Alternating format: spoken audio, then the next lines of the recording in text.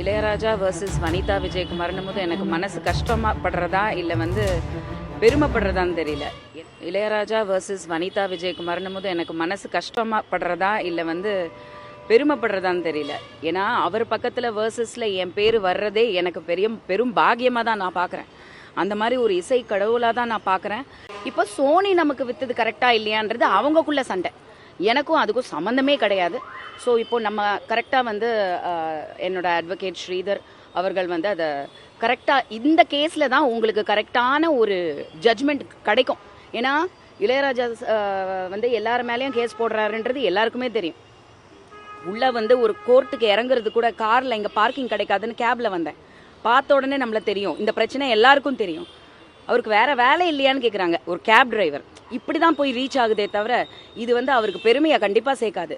என்ன மாதிரி ஒரு சின்ன ப்ரொடியூசர் குழந்தையிலேருந்து அவர் பார்த்துருக்காரு. நான் அன்றைக்கி எமோஷ்னல் ஆனது காரணம் கூட அவங்க வீட்டில் ஒரு பொண்ணாக நான் வளர்ந்தேன்.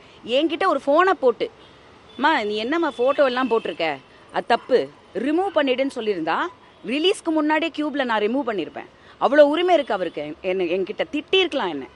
அதுக்கு என்ன கேஸுக்கு போட்டு கோர்ட்டுக்கு வரவழைச்சு என்னை அசிங்கப்படுத்தி நான் ஏதோ திருடி பாட்டை வச்சா மாதிரி அது எப்படிங்க வைக்க முடியும்? சினிமாவில் எப்படிங்க ரிலீஸ் பண்ண முடியும்? ஸோ நாங்கள் எந்த தவறும் செய்யலை. என்னோட அட்வொகேட்ஸ் பார்த்துட்டு இருக்காங்க. இது கண்டிப்பாக ஒரு கரெக்டான பதில் எல்லாருக்கும். யார் கரெக்டு, இது யாருக்கிட்ட நிஜமாக ரைட்ஸ் இருக்குது அப்படிங்கிற அந்த ஒரு விஷயம் இந்த கேஸ் மூலயமா ஒரு ஜட்ஜ்மெண்ட் கிடைக்கும்னு நான் நம்புகிறேன். நன்றி. இல்லை, கோர்ட் கேஸுன்னு வந்ததுக்கப்புறம் நம்ம என்ன பேச முடியும் சொல்லுங்கள்? அவங்க பணம் தான் கேட்குறாங்க. எதுக்குன்னா நான் நன்றி கார்டு போட்டதுக்கு. எனக்கு புரியல அது எப்படின்ட்டு. கோர்ட்டுக்கு வந்துருச்சு, சப்ஜூடிஸ் மேட்டர். ஸோ நம்ம வெளியில் அதிகமாக இதை பற்றி பேசவும் கூடாது. இனிமேல் லாயர்ஸ் தான் ஹேண்டில் பண்ணுவாங்க. முறைப்படி சட்டப்படி ஒரு கரெக்டான தீர்வு இந்த கேஸ்க்கு கிடைக்கும். நன்றி. எதுக்கு? நான் காசு கொடுத்து வாங்கியிருக்கேங்க, காசு கொடுத்து செலவு பண்ணி படத்தை எடுத்திருக்கேங்க, ஷூட்டிங் பண்ணியிருக்கேன், சம்பளம் கொடுத்துருக்கேன், நடிகர்களுக்கு கிரணுக்கெல்லாம் சம்பளம் கொடுத்துருக்கேன். அவ்வளோ எஃபர்ட் போட்டு அந்த சும்மா வச்ச பாடல் இல்லை. யாரோ ஒருத்தர் யூடியூப்பில் பேசினார். அவர் கூட இந்த படத்தை பார்த்து பேசினார்.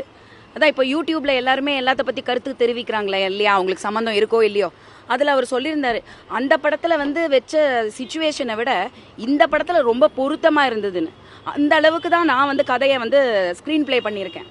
ஒழுங்காக பார்த்து நீங்கள் பார்த்தீங்கன்னா உங்களுக்கு புரியும் எப்படி ஏன் நான் நீக்க முடியாதுங்கிறது. ஏன்னா நான் கோடிக்கணக்கில் போட்டு படம் எடுத்திருக்கேங்க. இன்றைக்கும் அந்த படத்தை நான் அதர் லாங்குவேஜ்லேருந்து எல்லாமே பேசிகிட்டு இருக்கேன். எப்படி நான் சிச்சுவேஷனை தூக்க முடியும்? It is not possible. ரெண்டாவது நான் பணம் கொடுத்துருக்கேன், எனக்கு உரிமை இருக்குது. அவ்வளோதான். நன்றி.